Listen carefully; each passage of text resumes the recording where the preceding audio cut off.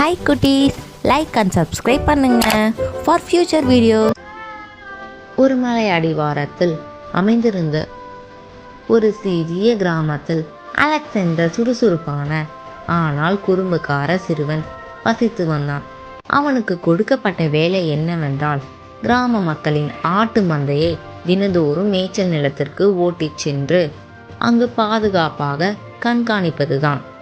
ஆரம்பத்தில் அலெக்ஸுக்கு இந்த வேலை பிடித்திருந்தது. ஆனால் நாட்கள் செல்ல செல்ல தனியாக ஆடுகளை பார்த்து கொண்டிருப்பது அவனுக்கு பெரும் சலிப்பை ஏற்படுத்தியது. ஏதாவது வேடிக்கை பார்க்க வேண்டும் என்று அவன் முடிவு செய்தான்.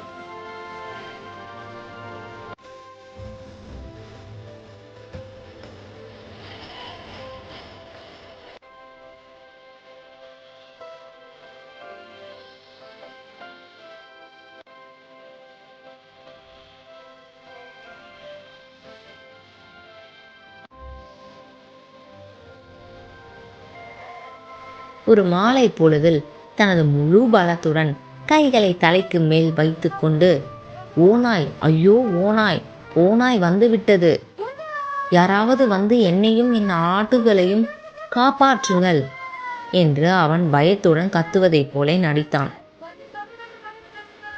அவனது அலறலை கேட்ட கிராம மக்கள் தங்கள் வேலையை அப்படியே போட்டுவிட்டு கோடாரிகள் தடிகளுடன் ஓநாயை துரத்த வேகமாக மேய்ச்சல் நிலத்தை நோக்கி ஓடி வந்தனர். அவர்கள் மூச்சரைக்கு அங்க வந்தபோது அலெக்ஸ் தன் ஆடுகளை அமைதியாக மேய்வதை பார்த்து சிரித்து கொண்டிருந்தான். என்ன நடந்தது சிறுவனே, எங்கு ஓனாய் என்று கிராம தலைவர் கேட்டார். சிறுவன் சிரிப்பை கட்டுப்படுத்த முடியாமல், ஓனாய் வரவில்லை, நான் உங்களை பார்க்க விளையாடினேன், நீங்கள் ஓடி வந்த விதம் வேடிக்கையாக இருந்தது என்றான். கிராம மக்கள் கோபமடைந்தனர். ஆனால் சிறுவனுக்கு அறிவுரையும் கூறிவிட்டு மீண்டும் தங்கள் வேலைக்கு திரும்பினர். பொய்கள் தொடர்ந்தன. மறுநாள் அலெக்ஸுக்கு மீண்டும் அதே சலிப்பு ஏற்பட முதல் நாள் நடந்த வேடிக்கையை அவன் மீண்டும் செய்ய தீர்மானித்தான். அவன் மீண்டும் ஓநாய் ஓநாய் என்று கத்தினான். நேற்று ஏமாந்த மக்கள் இன்றும் வருவார்களா என்று தயங்கினாலும், ஒருவேளை உண்மையாயிருந்தால் என்ன செய்வது என்று எண்ணி சிலர் மீண்டும் ஓடி வந்தனர். மீண்டும் அலெக்ஸ் சிரித்து கொண்டே, இதுவும் ஒரு விளையாட்டுதான் என்றான். இந்த முறை கிராம மக்களுக்கு அலெக்ஸ் மீது அதிக கோபம் வந்தது. பொய் சொல்வது தவறு, அலெக்ஸ், திரும்ப திரும்ப இப்படி செய்தால் உன்னை யாரும் நம்ப மாட்டார்கள் என்று ஒருவர் கண்டித்து சொன்னார். உண்மையான ஆபத்து. சில நாட்களுக்கு பிறகு ஒரு அடர்த்தியான மாலை வேளையில் மேய்ச்சல் நிலத்தில் புதர்களுக்கு பின்னால் இருந்து ஒரு பெரிய உண்மையான ஓநாய் வெளிவந்தது. அது கூர்மையான பற்களுடன் மந்தையை நோக்கி சீறியது. ஆடுகள் பயத்தில் சிதறி ஓட ஆரம்பித்தன. அலெக்ஸுக்கு பேரதிர்ச்சியில் உறைந்து போனான்.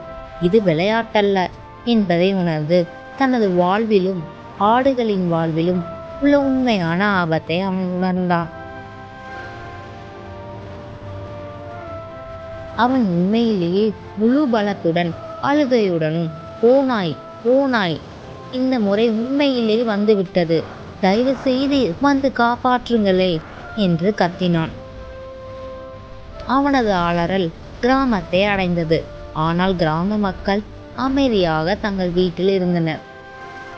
ஒருவர், அலெக்ஸ் மீண்டும் விளையாட ஆரம்பித்தான் போல எண்ணினார். மற்றொருவர், ஆம், மீண்டும் ஒரு முறை ஏமாற நாம் தயாராக இல்லை, அவன் பொய் சொல்வதை நிறுத்தட்டும் என்று பதிலளித்தார். அலெக்ஸுக்கு யாரும் உதவி வரவில்லை. இந்த ஓநாய் அவனது மந்தையில் இருந்த பல ஆடுகளை தாக்கி கொன்றது. மற்ற ஆடுகள் பயந்து காட்டுக்குள் சிதறி ஓடின. சூரியன் அஸ்தமிக்கும் போது கிராம மக்கள் மேய்ச்சல் நிலத்திற்கு வந்தனர். அலெக்ஸ் அங்கு அழுது கொண்டே இருந்தாள். ஆடுகள் சிதறி கிடந்தது. சில ஆடுகள் இழந்திருப்பதையும் கண்டு அதிர்ச்சி அடைந்தனர். அலெக்ஸ், என்ன நடந்தது?